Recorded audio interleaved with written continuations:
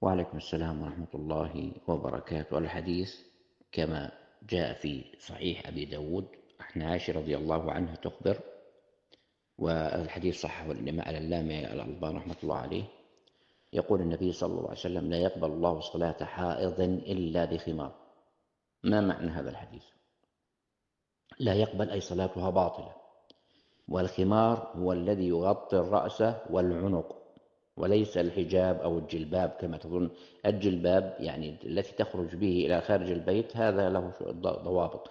أما تستطيع أن تصلي بثياب البيت إذا استرت جسمها وكان الثوب فضفاضا، وتغطي رأسها وعنقها بالخمار، أي تغطي رأسها وشعرها والعنق لا يظهر منه شيء. فلذلك هذه المرأة ما معنى كلمة حائض؟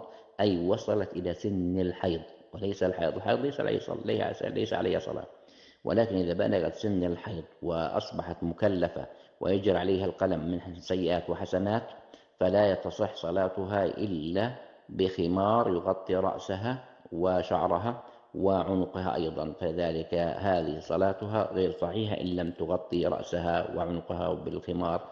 هذا والله تعالى أعلى وأعلم.